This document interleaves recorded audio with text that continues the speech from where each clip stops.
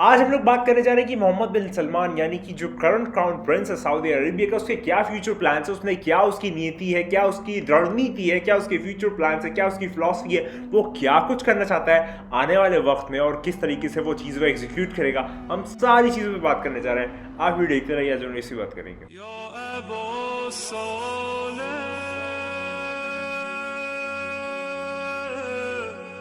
तो आज हम लोग बात करने जा रहे हैं मोहम्मद बिन सलमान पे। आखिर सबसे पहले ये जान ले कि आखिर ये शख्सियत या फिर ये आदमी है कौन। मोहम्मद बिन सलमान जो है वो जो करंट सऊदी अरेबिया का किंग है, यानी कि किंग सलमान उसका बेटा है और वो करंट क्राउन प्रिंस भी है, यानी कि शहजादा है। यानी कि किंग सलमान के मरने के बाद और किंग सलमान ने अपना जो वली है यानी कि जो नेक्स्ट सक्सेसर बनाया है वो मोहम्मद बिन सलमान को बनाया है। लेकिन जो सऊदी अरेबिया का किंगडम है वो इनकी पूरी लिनेज इस टाइप की है कि ये लोग लूट मारी चोरी मारी इस टाइप के सब चोर चक्के लोग थे जो लोगों ने आगे सत्ता अपना ली आले सऊद की फैमिली ने और फिर वो लोग राज करने लगे। तो स्पेसिफिकली ये कोई रॉयल फैमिली नहीं है, बल्कि इन लोगों ने कब्जा करने के बाद अपनी किंगशिप और मोनार्की स्टार्ट कर दी है। तो ये लोग थोड़ा से इस टाइप की फैमिली वाले लोग हैं, कोई रॉयल फैमिली नहीं है। आगे बात करते हैं। जो मोहम्मद बिन सलमान है वो बहुत ज़्यादा क्रूरवादी, क्रूअल, बहुत ज़्यादा अपॉर्चुनिस्टिक, बहुत ज़्यादा अपनी सोचने वाला सब। और उसकी जो मेन फिलॉसफी ये है कि उसके जो भाई बहन हैं वो भी ये चाह रहे हैं कि वो लोग भी अपना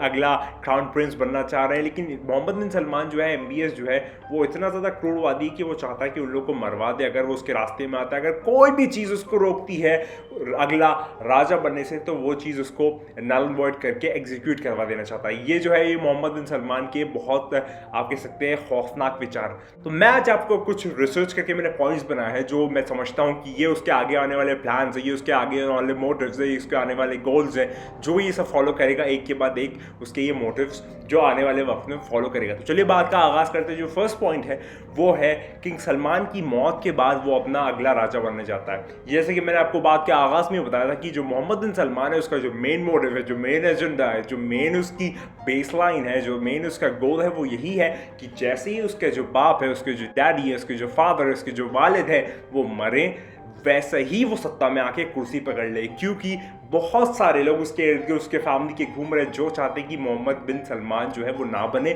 और वो बन जाए, या किंग सलमान को मारने के बाद या उसके रास्ते से हटाने के बाद वो सत्ता में आ जाए। लेकिन मोहम्मद बिन सलमान जो है वो किसी भी हद तक जाने को तैयार है किंग सलमान की मौत के बाद अगला सत्ते में आने के लिए। क्योंकि वैसे तो वो वली है, क्राउन प्रिंस मौजूद है, मतलब उसको घोषित कर दिया गया है कि किंग सलमान के बाद वही बनेगा। लेकिन जो लालची लोग हैं वो उसके आसपास टहल रहे हैं, घूम रहे हैं और उसको देख रहे हैं, ऑब्जर्व कर रहे हैं, और जैसे ही उनको कोई चांस मिलेगा वो मोहम्मद बिन सलमान के ऊपर अटैक कर देंगे। और वैसे ही वाइस वर्सा जो किंग सलमान है वो यही सोच के चल रहा है कि उसकी जो आप कह सकते हैं ना, उसकी जो ज़िंदगी है वो बहुत कम बची है और उसके बाद बहुत सारी चीज़ें जो हैं वो मुश्किलात में सऊदी अरेबिया किंगडम आने वाला। सऊदी अरेबिया तो मैं नहीं कहता, उसका असली नाम हिजाज़ मुक़द्दस था।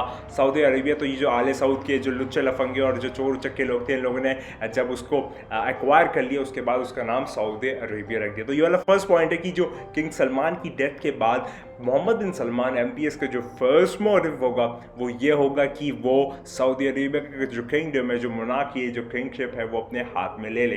ये फर्स्ट पॉइंट हो गया। आगे बात करते हैं। जो अगला पॉइंट है वो ये है कि जो किंग सलमान है उसके बाद जब मोहम्मद बिन सलमान अपने आप को स्थापित कर लेगा, अपने आप को कुर्सी पे ले आएगा, उसके बाद अगर उसको ज़रूरत पड़ी या फिर आप कह सकते हैं हो सकता है उसने कोई अगर पैक्ट कर लिया इज़राइल के साथ तो वो इज़राइल को भी एक्सेप्ट कर लेगा। जो भी इज़राइल कहेगा उसको मानेगा, इज़राइल में हाँ मिलेगा। आप जानते हैं जो यहूदी है, जुडाइज़्म और जो इस्लाम है, मुस्लिम्स, इन दोनों में बहुत ज़्यादा लड़ाई और झगड़ा, और इसमें आप कह सकते हैं एक ट्रैक्ट रहता है, हमेशा से है और हमेशा से चलता चला आ रहा है। जितने भी इस्लामिक कंट्रीज़ है वो इज़राइल को ख़राब कहती है और इज़राइल जो है वो इस्लामिक कंट्रीज़ को ख़राब कहता है। लेकिन on the other hand, on the country, हम देखते हैं कि जो मोहम्मद बिन सलमान है उसका बहुत अच्छे रिलेशंस बनते चले जा रहे हैं इज़राइल के साथ। यानी कि उसकी जो आइडियोलॉजी है, इज़राइल की जो आइडियोलॉजी है उसके साथ वो मुत्तफ़िक़ है, उसको वो समझता है कि हाँ ठीक है, और शायद अपनी पॉलिटिक्स जमाने के लिए, अपनी पॉलिटिक्स चमकाने के लिए वो उसके साथ पैक किए हुए हैं। और उसमें जो सबसे एक कनेक्शन लाइन उन दोनों के बीच में है वो है USA। यानी कि जुडाइज़्म का इज़राइल यूएसए जो क्रिश्चियनिटी है और जो इस्लामिक, सिर्फ कहने के लिए जो इस्लामिक मोहम्मद बिन सलमान है, ये सारे लोग एक पैक्ट बनाए हुए हैं और आपस में तीनों को आप कह सकते हैं कॉम्प्रोमाइज़ के साथ, एडजस्टमेंट के साथ एक दूसरे की बात सुनते हैं। और ज़्यादातर ये देखा गया है कि जो मोहम्मद बिन सलमान जब नेक्स्ट सऊदी अरेबिया का किंग बन जाएगा तो इसराइल की बहुत सारी कंडीशंस और उसके बहुत सारे स्टेटमेंट्स और आर्ग्यूमेंट्स जो है वो एक्सेप्ट कर लेगा और उसके ऊपर आप कह सकते हैं एक क्लियर पॉइंट रख देगा कि ठीक है, जो आप कह रहे हैं वो सही बात है।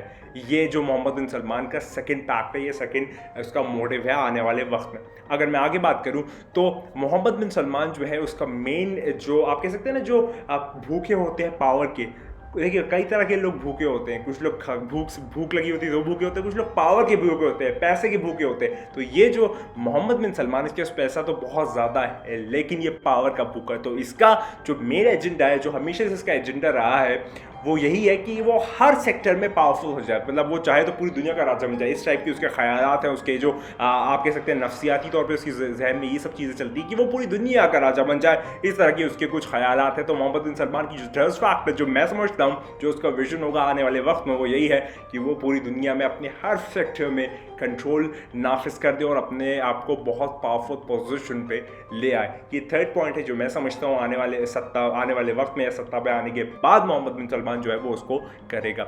हम लोग अगर आगे बात करें तो जो मोहम्मद बिन सलमान है उसको पैसे की ज़रूरत पड़ेगी। हालांकि वो जो तेल है वो अब उतनी उसमें फरावानी नहीं है। जो पहले प्रोडक्शन होता था तेल का बहुत ज़्यादा बड़े अमाउंट में सऊदी अरेबिया में, उसमें अब काफ़ी ज़्यादा गिरावट आई है। जो इकानमी है सऊदी अरेबिया की, उसमें थोड़ी सी गिरावट आई, तो चीज़ें थोड़ी सी इतनी अच्छी नहीं चल रही हैं। तो उसी में जो मोहम्मद बिन सलमान है उसको रिक्वायरमेंट होगा आने वाले वक्त में भी पैसे का, ताकि वो लड़ाई कर सके यमन, सीरिया और लेबनान के साथ। ये जो कंट्रीज़ का नाम मैंने लिया, ये ज़्यादा प्रो इस्लामिक है, इस्लाम को ज़्यादा फॉलो करती हैं, प्रैक्टिसिंग मुस्लिम्स है, सिर्फ नाम के मुस्लिम्स नहीं है जैसे कि मोहम्मद बिन सलमान सिर्फ नाम का मुस्लिम है। तो यमन, सीरिया और लेबनान जो है इससे ये लड़ाई करेगा, जबकि इस्लामिक कंट्री है फिर भी लड़ाई करेगा क्योंकि इसके कुछ अलग ही ख्यालात हैं, नज़रियात है, अलग ही इसके महसूसात है। और ये जो इस्लामिक कंट्रीज़ है वो एकदम ही अलग प्रो इस्लामिक कंट्रीज़ है। तो उसमें लड़ाई करने के लिए आप उसके अंदर टेंशन क्रिएट करने के लिए, वहाँ पर मरवाने के लिए लोगों को, वहाँ पर डिस्ट्रक्शन, डिवास्टेशन, मैनिपुलेशन, कॉन्कॉक्शन, आप कह सकते हैं इराडिकेशन करवाने के लिए मोहम्मद बिन सलमान जो है उसको बहुत ज़्यादा क्वांटिटी में पैसों की ज़रूरत पड़ेगी। और हो सकता है या तो वो इजराइल से मदद ले या यूएसए से मदद ले या अपने किसी और लोगों से या दोस्तों से मदद ले ये सब क्राइम करने के लिए। तो ये मेरा फोर्थ पॉइंट है कि उसका बहुत सारे मोटिव में से ये है कि उसको पैसे की ज़रूरत पड़ेगी आने वाले वक्त में।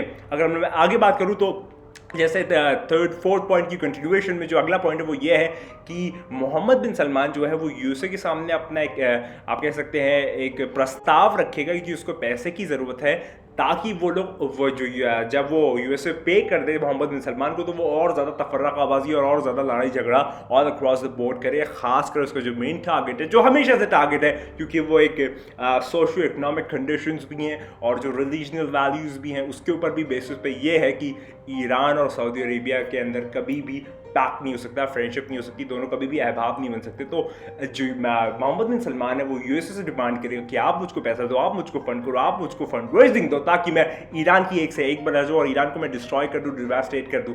जैसे कि खामेनी साहब के रिलेशन में मोहम्मद बिन सलमान ने कहा था कि वो मॉडर्न डे हिटलर है। खामेनी साहब जो इतने पावरफुल लीडर हैं और इतने ज़्यादा सिंपल ब्रिलियंट अपने काम में, सारे ईरान को उन्होंने आप कह सकते हैं एक तरीके से इतना ज़्यादा डेवलप किया है कि जिसकी कोई हद नहीं। और ये जो मोहम्मद बिन सलमान है वो कहता है कि वो मॉडर्न डे हिटलर है। तो आप समझ सकते हैं कितना ज़्यादा उसके लिए नफरत है। और वही नहीं, सारे सऊदी अरेबिया वाले बहुत ज़्यादा नफरत करते हैं ईरान से। बहुत सारे उसके रीजंस है, पॉलिटिकल रीजंस भी हैं, रिलीजियस रीजंस भी है, वो कभी हम लोग और बात करेंगे। तो यार जो मैं आपकी बात कह रहा था कि जो मोहम्मद बिन सलमान है वो पैसा मांगेगा यूएसए से, और यूएसए बहुत ज़्यादा खुश होगा क्योंकि वो चाहता ही है कि सारे लोगों को लड़वा दे और खुद सुप्रीम किंग बन जाए आखिर में। तो फिर वो फंड मांगेगा मोहम्मद बिन सलमान यूएसए से और उसको वहाँ से फंड मिलेगा तो वो ईरान को अटैक करेगा। ये भी उसका एक फिफ्थ मोटिव होगा आने वाले वक्त में, ऐसा मुझको महसूस होता है एज पर माय रिसर्च। अगर मैं आगे बात करूँ तो जो मोहम्मद बिन सलमान है वो सऊदी का अरामाको यानी कि जो सऊदी अरबियन ऑयल कंपनी के जो स्टॉक्स हैं उसमें बहुत ज़्यादा हिस्सा लेने की कोशिश करेगा, ताकि जब गिरावट आए या ऊपर नीचे जाए, कोई भी चीज़ें हो तो उसका पूरा प्रकोप हो, उसकी पूरी पकड़ हो, उसके पूरे हैंडलिंग हो। जब भी कोई इकोनॉमिक कंडीशन या फिर स्टॉक मार्केट में जो सऊदी अरबिया के ऑयल के स्टॉक्स ऊपर नीचे होते हैं, तो वो सारा अपना पकड़ रखना चाहेगा मोहम्मद बिन सलमान। ये भी उसका 6 पॉइंट हो सकता है। मैं इसमें बहुत ज़्यादा कॉन्फिडेंट नहीं हूँ, क्योंकि क्या पता कि वो ज़बरदस्ती इस चीज़ को कर पाए, लेकिन अगर लीगली इसको करना हो तो फिर वो स्टॉक मार्केट के थ्रू भी अपने ऑयल की जो रेंजेस है उसमें जाएगा, ऐसा मुझको महसूस होता है, जो मैंने आपके सामने 6 पॉइंट पेश कर दिया। तो ये वो 6 पॉइंट्स है जो मुझे महसूस होता है कि मोहम्मद बिन सलमान MBS आने वाले वक्त में करेगा। उसके ये बहुत मेन एजेंडाज और गोल्स होंगे जो वो अपनाना चाहेगा, जो वो सब स्थापित करना चाहेगा, जो आते के साथ ही इसके अंदर अपना आप कह सकते हैं अपनी लिनेज जो है वो फिक्स करना चाहेगा, ताकि आने वाले वक्त में फिर उसकी लिनेज ही चले। बाकी जो सऊदी अरबिया के और जो किंग लोग हैं, उसके जो कजन्स लोग हैं, वो वहीं पर ख़त्म हो जाए और वो एकदम फिनिश हो जाए, ऐसा मुझको महसूस होता है। ये वाले मैंने आपको कुछ कंडीशंस बताए कि मोहम्मद बिन सलमान जो है, और मोहम्मद बिन सलमान एक अच्छा आदमी नहीं है, एक क्रूरवादी आदमी है, एक बहुत ज़्यादा क्रूर आदमी है, एक बहुत ज़्यादा गुंडा आदमी है, एक बहुत ज़्यादा आप कह सकते हैं डिस्ट्रक्शन और अपने लिए अपनी अपनी आप कह सकते हैं नफ्सियाती ख्वाहिशात के लिए वो कुछ भी करने को तैयार है। यहाँ तक कि वो सऊदी अरबिया का जो किंगडम है वो भी बेच देगा इजराइल या USA को, अपने आप को चमकाने के लिए, अपनी पॉलिटिक्स जमाने के लिए। तो ये मुझको महसूस होता है कि ये वो 6 पॉइंट्स है जो मुझे महसूस होता है कि जो मोहम्मद बिन सलमान आने वाले वक्त में करेगा। मैं उम्मीद करता हूँ कोई पसंद है, वो पसंद भी शेयर कर लो, सब वो विषय करी को मैंने जरूर गए। और वो सुंदर लगता है सेशन की स्टैक वीडियो चाहिए, चैनल पे बहुत ज़्यादा अलग अलग वीडियो मौजूद है।